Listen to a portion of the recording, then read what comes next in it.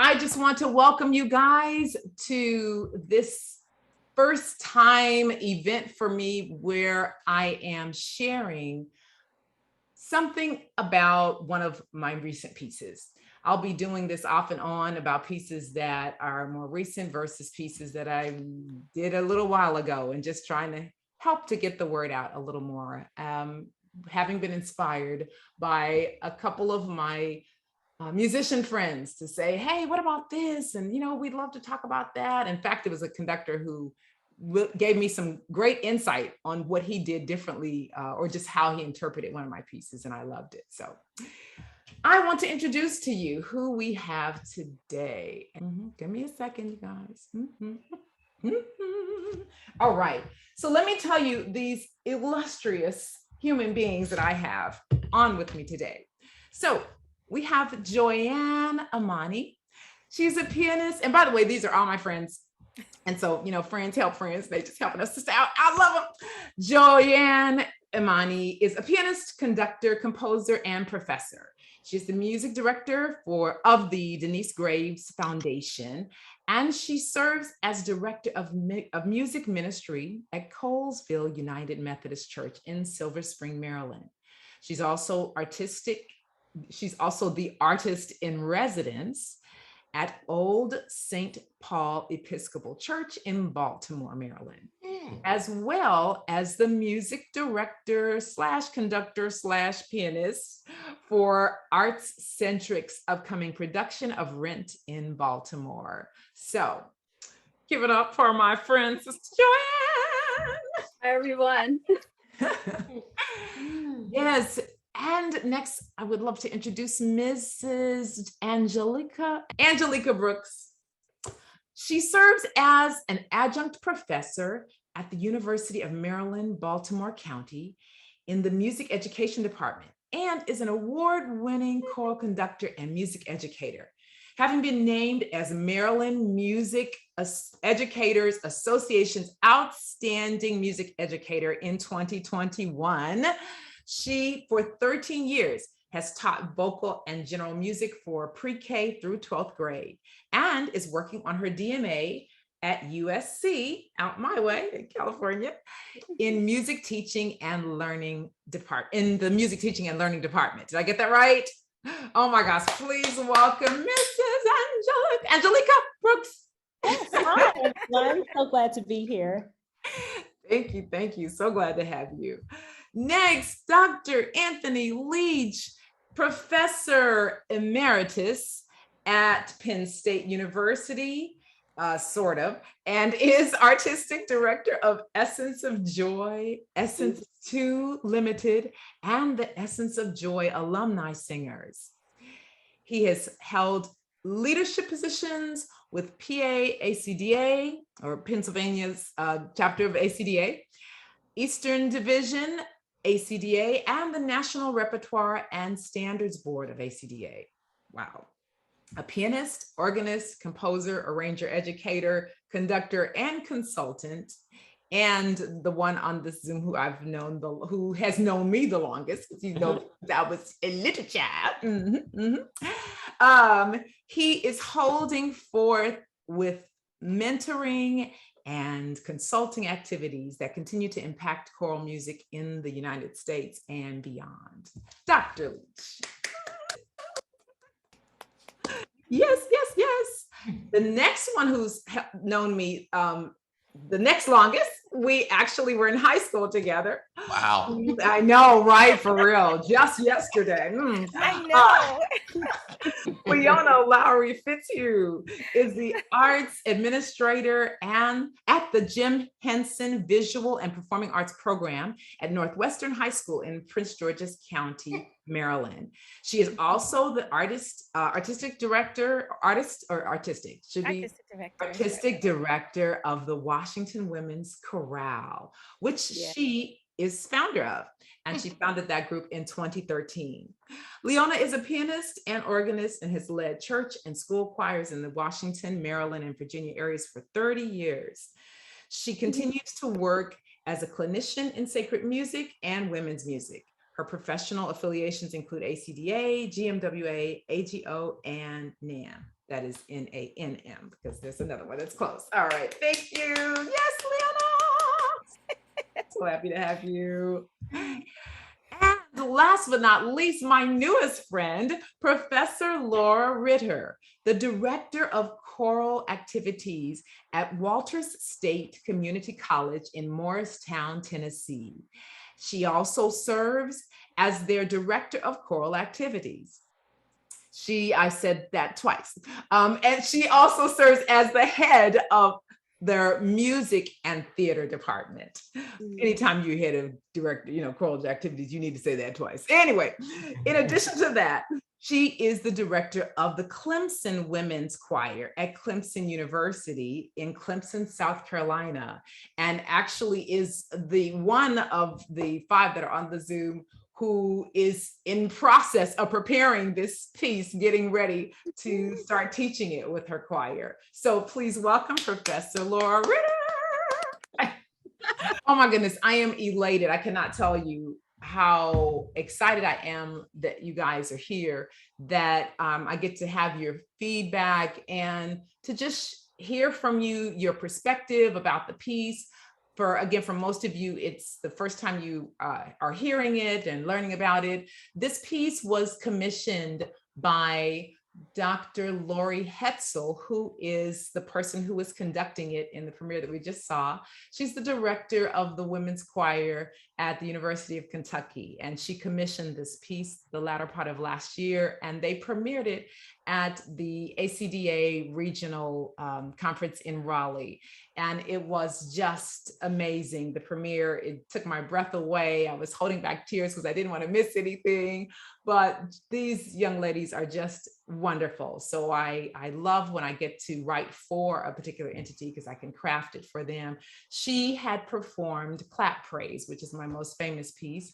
And thanking Dr. Leach, I always give him props even in his absence because I had published it many years prior, but when he performed it with Essence of Joy at the National ACDA, it just went to a completely different level. They added their own choreography and all that. So that is to say, she performed for the first time an SSAA version of Clap Praise. Ah. Yes. Tell me that. Okay. I have that. I've got a TTB, I've got a SAB. Oh, yes.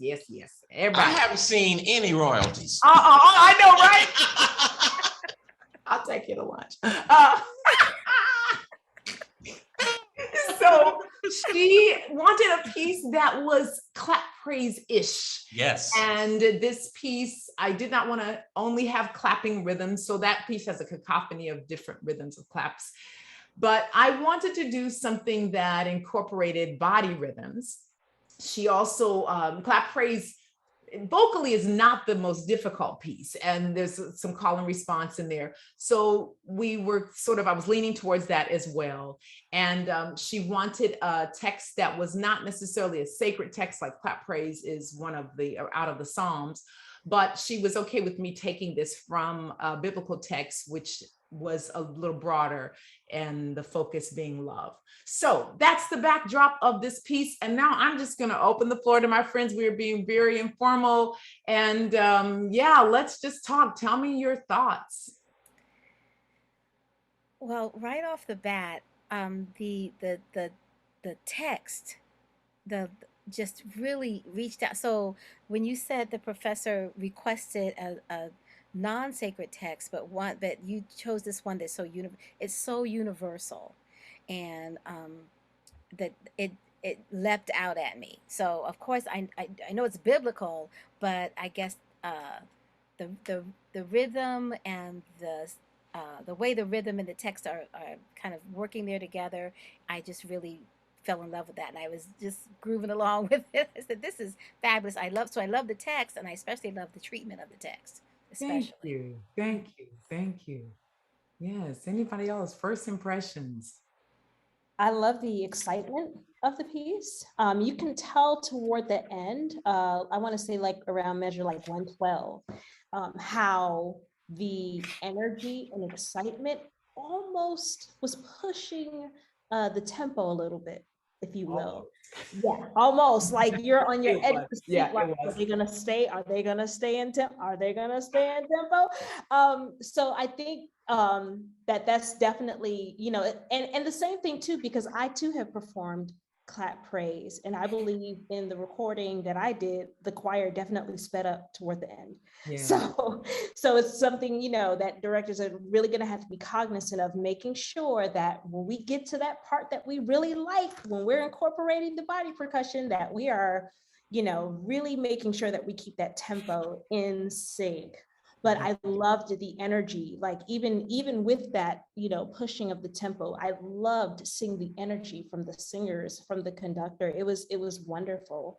Thank you. Thank you. I do want to comment on that. And you're correct. It was pushed a little bit.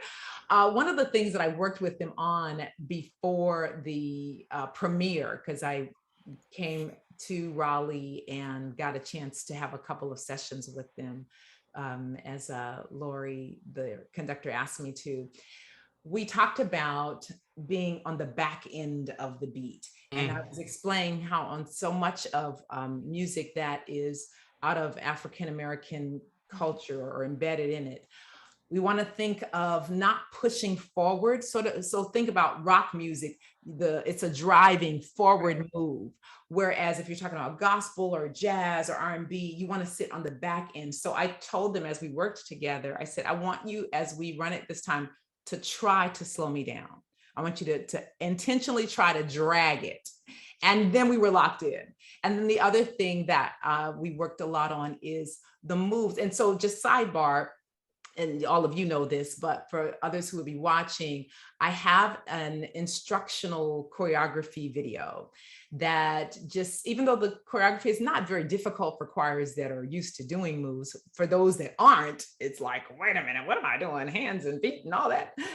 So I go very slowly, intentionally, to just help people on all levels, because this choir that premiered it, there were just that. We had people who were very, very experienced in doing movement, who were drill team members, and then those who were like, I have 2 left feet, I don't know what to do. So to that end, one of the things where there is stomping, I talked about with the whole West African notion of dance, where you're moving into the earth, not a light kind of up feel like a horse that's prancing, but really thinking dun, dun. So each step, thinking especially of the second one, even making it later, because that's where the rush starts, when we go dun, dun, when we have those double stomps. So anyway, I agree with you, Angelica. We would just slow it down, because we don't want to speed that up in 4 clap praise when we're doing that and speeding up. The accompanist is like, oh. Yes. So anybody else? I talked a long time about that, but anything else? Yes, please. One of the things that grabbed me, so I'll just say what grabbed me, was actually the percussive, rhythmic treatment of the text of love. So we often think of it as being very smooth and beautiful, and it was different. It was like earthy, and it was very deep. And then I have to say, I love the piano part and how that went along with the choir. It was all collaborative, and everyone was working together to get the message across. And then, so I really like that. And then I thought about just different age groupings, and I wondered if, you know, if you have a choir that has more elders in the choir, how they would feel about the body clap. But what immediately came in my mind with that question was, what a great piece and teaching tool for an intergenerational, even an intercultural choir, where you could have the movement perhaps done with those that could, and then those that were not. But it would just, it seemed like a unifying type of piece. Wow, You're right in my head. And you guys, JoyAnne is an incredible concert pianist. So she's going to be right on that. Like she would sight read this in her sleep if she had taken some Dramamine. I mean, something that makes you fall asleep. She just is like that. I'm saying with one eye blindfolded. So thank you. I take that very seriously. Your kudos about the piano piece. I will say, Leona, you can kind of chime in on this, but just what you said, JoyAnne, is the very thing that I was thinking if I ever did have a choir director come to me and say, well, I have older members, I'm not sure. So definitely either if the entire choir is of an place where that type of physical movement is a challenge in any way, then you could actually just bring some dancers, 4 or 5 people that can move and just do those moves up front. Or just like you said, have the ones in the choir that can do it be more towards the front. And then when everybody's clapping, they don't even have to do the sway, but they can just join in the clap at that last part. Yeah. How do you, Leona, do you think that would work with, because her choir, you want to just.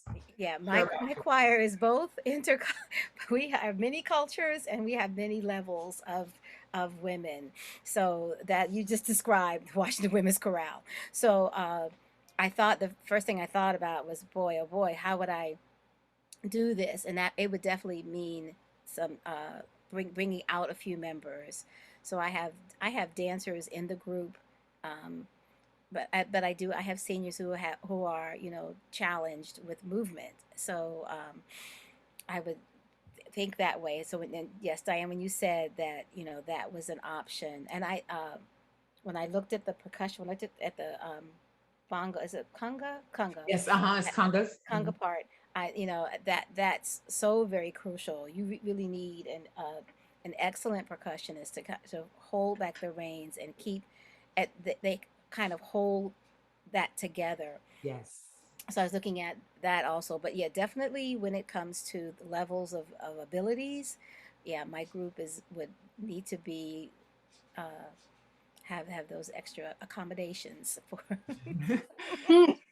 You're so right, because the congas also, I just thought of that as you were saying, and the piano also would be instrumental in helping to keep that tempo locked. All right, George Walker, piano part. I heard. Come I on, love George. George Walker. Oh Yes, my gosh. definitely, and I heard it in there. Yes. Yes. I'm not worthy. It's amazing. Very the first knowledge. Yeah. The first couple of measures. Yep. Yes. I want to go a whole different direction. I just, in April, I got a call from a friend regarding a commission, which I did. And this is the second time in the last year that I put on paper something from my background in the Baptist church as far as the line hymn is concerned. So when I opened up Diane's score and I said, oh, I love the Lord. He heard my cry. Yeah. I said, oh, you're taking me home. You took me all the way there. Okay. Now I love the effect that you create at the beginning of the piece. No words, because in real time, in a down home Black Baptist church, ain't nobody, they just moaning, they humming, trying to sit upright as opposed to falling out. Okay. So thank you for doing more than acknowledging this almost lost art as far as the Black church is concerned, because you right now, you've really got to be going somewhere in the deep South to hear the line hymn. There's some churches in Chicago that still carry it, but that's because they've got that pipeline of people from the South that have moved north, and those generations have still kept that. But under normal circumstances, it's all about praise and worship, as you know. So thank you for doing more than acknowledging, one, putting the explanation in the score, because unless somebody's been hanging out, they don't know. They really, really don't know. Right. So congrats on that. one question about the last page of the score. Did I miss something before letter H? It seems like the choir sang something extra. No, you did not. What I did, and then for my people who are watching, I may be able to share the score, but y'all know I'm multitasking. So we just go with us and buy it. Go to www.buythenextla.org. Okay. So there is an optional repeat of the greatest gift. Yes. Yes. So I actually have a note in there up at the top of page 19 that says optional, may add vocals, measures 142. Yeah. They can add that. And Okay. yes, what happened is initially I had more rhythms than what you see. I had a second set of rhythms. And so this section, I wanted to go on a little bit longer, but the practical side was it took me longer to finish the piece than I had hoped. And the performance was upon us and, all of that, just real practical everyday life. And so I said, nope, let's just keep it simple. And so certainly if a conductor wanted in this particular part, wanted to kind of vamp that the greatest gift, I'm okay with that. Okay. And it can be where they're just doing the movements alone. But I gave the just this full disclosure, I gave Dr. Lori Hetzel the option to say, hey, would you like to bring the greatest gift back one more time, or would you just not? Because I kind of liked both. I needed to hurry up and finish and get the score to her, and I didn't get the email back in time. So I said, I'm just going to put it as optional. So if I had known that she wanted it in there, I would have written it in there. So full disclosure. Got it. Thank you. I just wanted to be sure that I was not, losing it. No, you're not at all. And I want to just jump in to go back to what you had said, Dr. Leach, about the Dr. Watts in there at the beginning. Yes. And so if you are looking at this Zoom and you haven't, or this recording here, or this discussion, you haven't yet listened to the piece, it starts with very mournful. And this is reminiscent of a song called I Love the Lord, He Heard My Cry.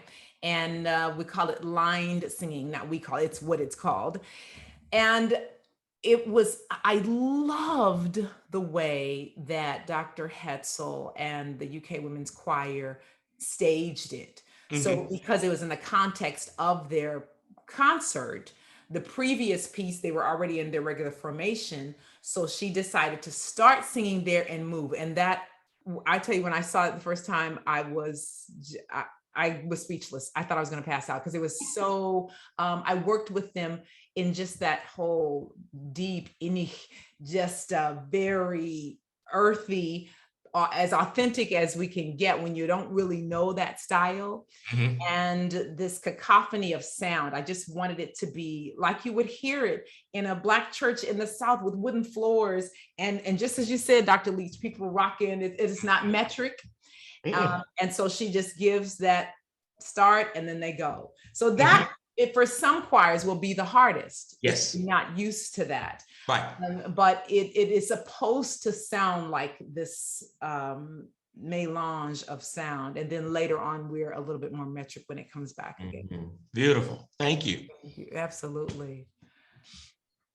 So, Lori, what do you think in the process of where you are? I'd love to hear whatever comments you have, but also just as you're thinking about it with your choir, having already started. Yeah, well, I had told you I've got to hop off shortly because I have a rehearsal, but I think what I was I was at the performance in Raleigh, and of course I've heard I'm fairly close to Lexington where I live in Tennessee, so I've heard the UK Women's Choir many times, and Lori always does amazing things and unique things. But I think for me, I spend hours and hours and hours searching for women's choir music. And I have a very short rehearsal slot at Clemson. I'm always constantly just feeling the pressure of we don't have enough rehearsal time. And so I try to find texts that are meaningful for sure. But so many women's choir pieces right now are so heavy, so laden with so much stuff that if you don't really have a lot of rehearsal time to talk about it, I just don't feel like you do it justice. And so to me, this is when I found it, I was like, this is what I'm looking for, because the text is so beautiful and so meaningful, but you don't have to spend 2 days explaining it, you know. Just and like one of you said, I mean, it is from the Bible, but you could be an atheist and relate to it. So it's in your face. So I just thought it was perfect. It was exactly what I was looking for. So thank you. No, thank you. Thank you. You write some more. Let me send you what else I need for next. All right. I love it. I love it. And that's very helpful for me to hear because of not being in your shoes and as acclimated to what's out there in terms of women's choir music. Yeah. I really wanted to, I have such a heart. One of the reasons why I chose that text is because I'm so passionate about the need for love. And just as, who said it about the setting of the text? Was that you, JoyAnne, about it being rhythmic and different? Yeah. And when we think love, we think kind of mushy, gooey. Nothing wrong with that. But yes, I feel that when I look at the day and time that we're in and what we're going through, I never, ever, ever in my lifetime thought I would see the things, and so many of us haven't, are the same, that I would see the things that I'm seeing today in terms of the divisions, in terms of the over hatred, just the overt racism in various levels, the on and on. To that end, I wanted to treat this text in a way that it spoke to me differently. I looked at a lot of different versions of it. I looked at some of the Greek translations.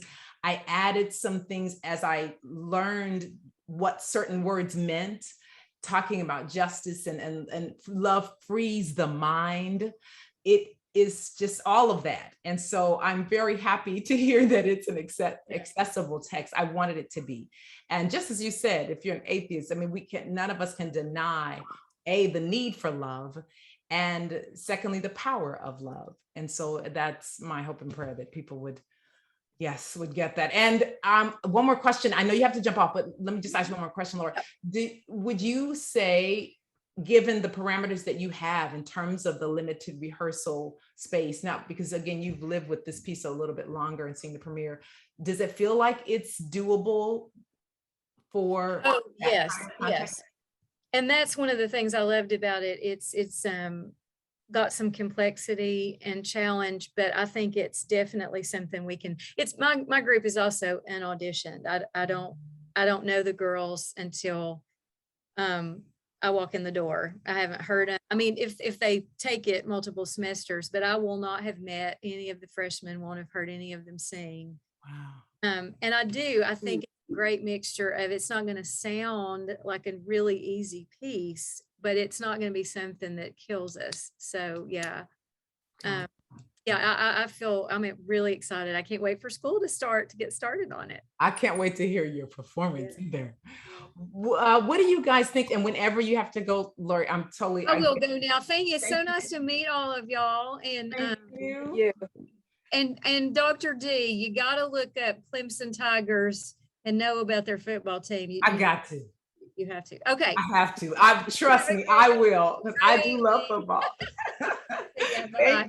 Thank you.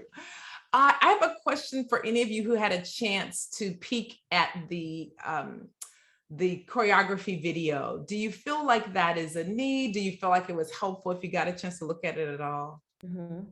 Yes, I did. I looked at the choreography video. I am like really big into choreography, so. Oh, nice.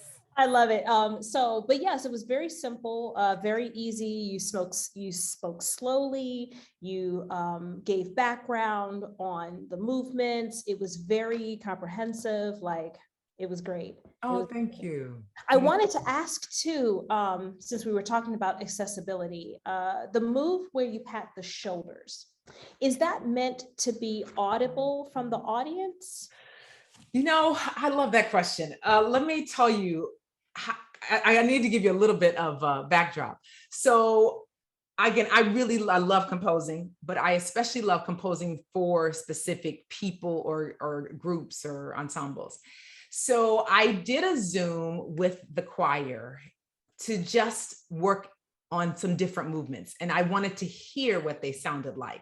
Now, I wrote this for a choir that has 100 people. Let me just be clear. So yes is the short answer of your question. I had various moves. I won't even go through all that I was just saying, let me hear this, let me see. And I also didn't want it to be, I wanted it to be as feasible for different body types. So there were certain moves, because this is specifically for a women's choir, there were certain moves that I knew would work well for one size woman and not for another, just so you can fill in the blanks. And so we talked about that. I wanted to be very practical about it. So, and then also this choir traditionally wears pearls. Now they did not for this, but every other photo I'd seen of them, they had pearls, and I thought, okay, that could hurt after a while. So we talked about many, many things. So my answer to that would be, in everything, I want vocal health, and I want people to not go away with bruises. So if for me, I can do that and it's okay. But for the next person, I remember, in fact, last year, I had to have a heart monitor for a little bit, and I couldn't have done that. Or I have a friend, because of diabetes, she has apparatus here. So it has to be adjusted for your choir. So if it's something that would not be comfortable, I'm okay for it, just to show that feeling of, again, one of those symbols of love would be just hugging yourself, or just here. It's the choreography works, 1, 2, and I did also view the video, because I thought, is Diane going to do this, or is she going to have somebody else do this? And I thought, wow, for the choral directors, our colleagues, who have not even given themselves permission to move, let alone do choreography with their choirs, what a great model. So kudos to you for doing that. Yay. Thank you. But you also know, because you asked me years ago, can we just have a video of Essence of Joy doing the choreography for clap praise? Yes. And of course, we did it. They were not in uniform or nothing. We just did it at the end of a rehearsal. And of course, everybody in the world has seen that video and copied that choreography, which was from our student choreographer, not our faculty choreographer. We still, I mean, I did the piece last in 2017. And, people still want to know, how do you do that? How do you do that? Well, you don't have to do that. You have to adjust according to the people you're standing in front of. And that's the real deal. And just as you also said, the hierarchy for me is, okay, sing beautifully. 1, right. Level 2, sing beautifully and move with purpose. Level 3, sing beautifully, move with purpose, and clap if you can. Now, all y'all know, you got some people that are only ever going to be level 1. Praise God. Leave them alone. Level 2, and that's a lot of people. But then that level 3, they got to have matching uniforms, because they're all in it. That's right. I love it. I love it. I love it. Amen. Amen. I love it. Any other thoughts? Any other feedback? Any other I have one more question. Yeah. We were talking about accessibility. So you know how in the beginning where the soprano twos and the altos are singing that part, is it okay if say someone has a smaller choir for the soprano ones to help support one of those voice parts, and then split when it's time for the soprano ones to come in? How do you feel about that? I absolutely love that. Yes, because I want it to be balanced. And in fact, that's a note. I don't even remember if I put it, if I was talking to a director in an email, but yes, please, because I want that, this choir, again, who I was writing it for, a zillion members, altos were very, very strong. So that's not everyone's story. And I definitely need that lower. Yeah, and I need that strong. And in fact, even as I was coaching them with as many altos as they had, I wasn't getting the color. So I had to explain the sound that you have when Black voices, and not just Black voices, but Black voices that are, as you said, Dr. Leach, in the country, or if at my home in DC, where you have people from the country, when we sing down low, Black women are not like, you know, you need to give me color and to make it dark. So all of that for both voices. So yes, yes, yes, I love that. Anytime where there's just those two parts and you need to balance out better, I don't mind that at all. So I'm gonna piggyback off of Angelica's question, because for my group has 25 on a, you know, that's our size. So as I saw that larger group, and I was wondering how we would do, and I've got some voices, so I don't worry about sound, because you know who's in my group. I worry sometimes about, okay, ladies, don't hurt nobody back there. So so it's not a problem with, you know, having sound, but I did worry about balance. And I thank you for that question, Angelique, and I was looking and listening as to how I would use, not change, but add voices here, to make that, to give that same kind of balance. We would definitely need you to come or to Zoom or do something. Absolutely. Talk about that. Absolutely. Yeah. Mhm. Yeah. Very important. And then you, especially at the beginning, just sidebar on this particular part at the opening, one of the ways that I also work with them is to say, because so many choirs, it's hard to sing independently. We're so used to singing together. So when they're supposed to sing at different tempi, I actually said, okay, 10 of you, or well, in that case, 20 of you sing.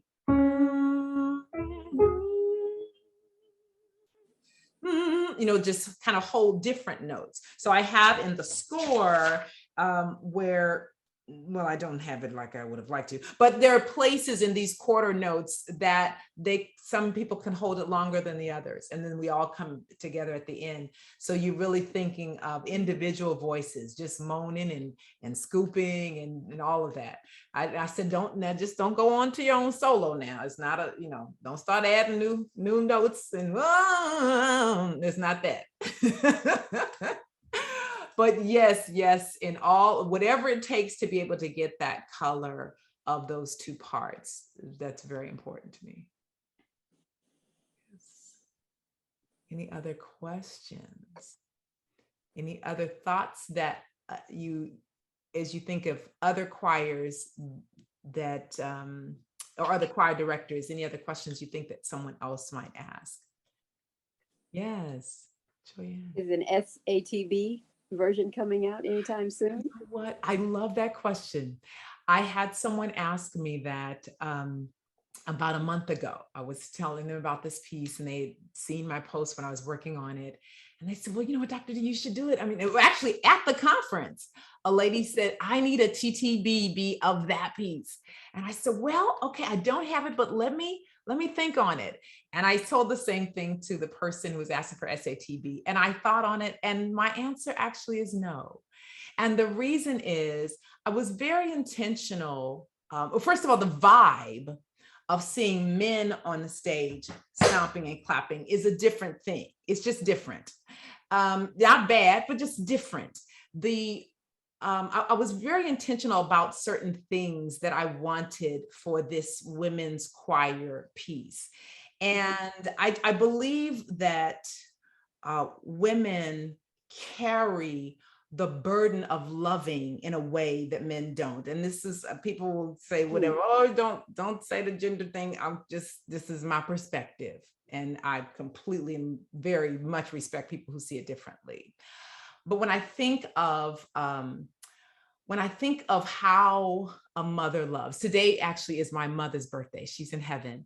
But when I think of how she loved and how I've seen so many Black women love, white women love, just mothers, how women love the way that we embrace, the way that we show grace, and the power of a mother's love.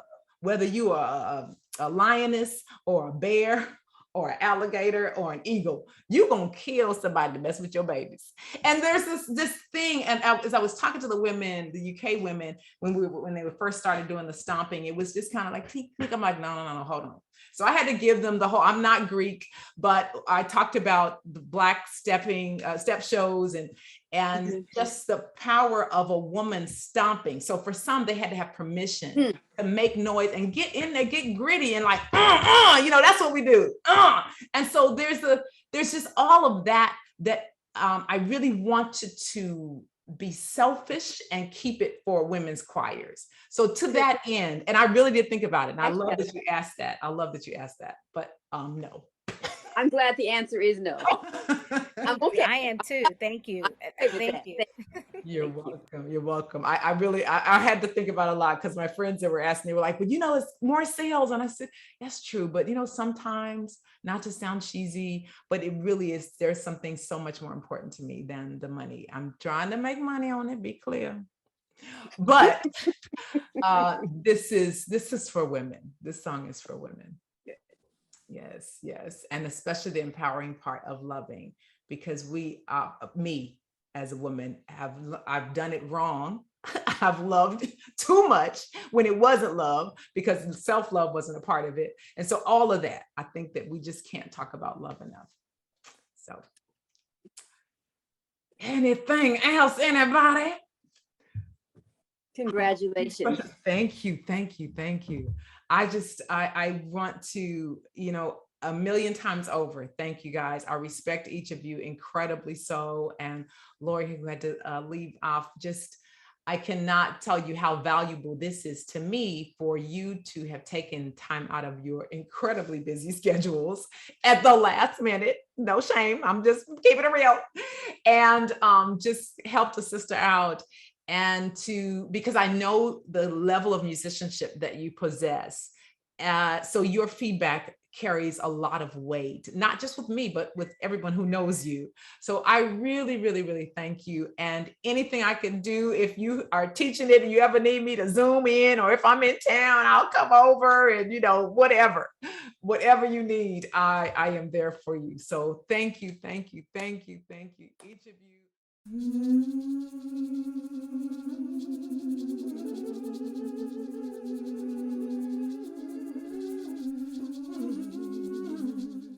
I speak with impressive words in languages of the heavens and the earth. With languages of the heavens and the earth. What